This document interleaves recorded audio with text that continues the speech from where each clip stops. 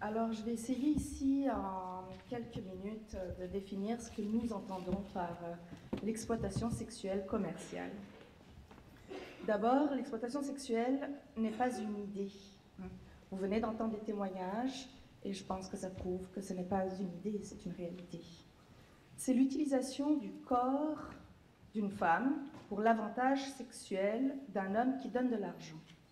Alors, la majorité des personnes sexuellement exploitées sont des femmes et des filles, alors que l'écrasante majorité des personnes qui exploitent sont des hommes. Il y a beaucoup plus d'hommes qui exploitent que de femmes qui sont exploitées. Ainsi, les femmes sont exploitées par de nombreux hommes. Pour nous, femmes, l'exploitation sexuelle commerciale, ce sont des mains qui nous tripotent, des yeux qui nous regardent et nous méprisent, des mots qui nous blessent. Ce sont aussi des pénis ou des objets, ou alors des armes qui nous pénètrent, et qui pénètrent les tissus délicats de notre corps. C'est l'obligation de satisfaire sexuellement les hommes, et il faut aussi pour cela performer. Encore et encore, l'unique valeur que l'on a dans le monde de l'exploitation sexuelle, c'est la valeur sexuelle. Et nous savons souvent, les femmes, comment est-ce qu'on se sent quand on est, par exemple, sollicité pour la prostitution.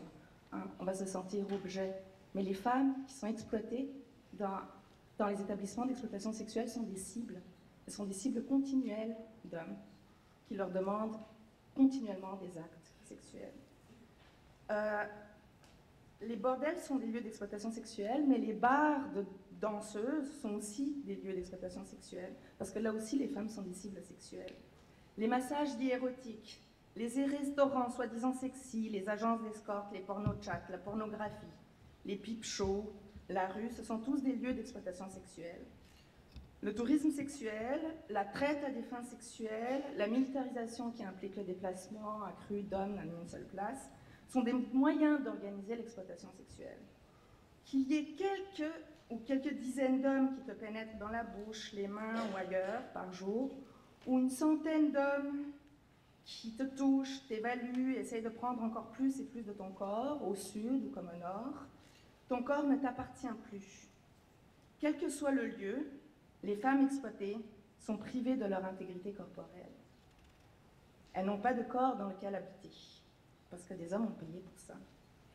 Alors l'exploitation sexuelle commerciale, c'est le processus de dépossession du corps et de la sexualité des femmes justifié par l'argent. L'argent, le commerce, ça c'est la ruse. C'est le commercial de l'exploitation sexuelle. Le commerce, ça c'est la ruse.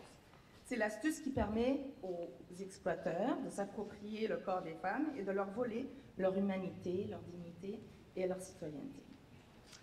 Alors ici, nous aborderons durant le week-end la question de l'exploitation sexuelle qui est explicitement commerciale.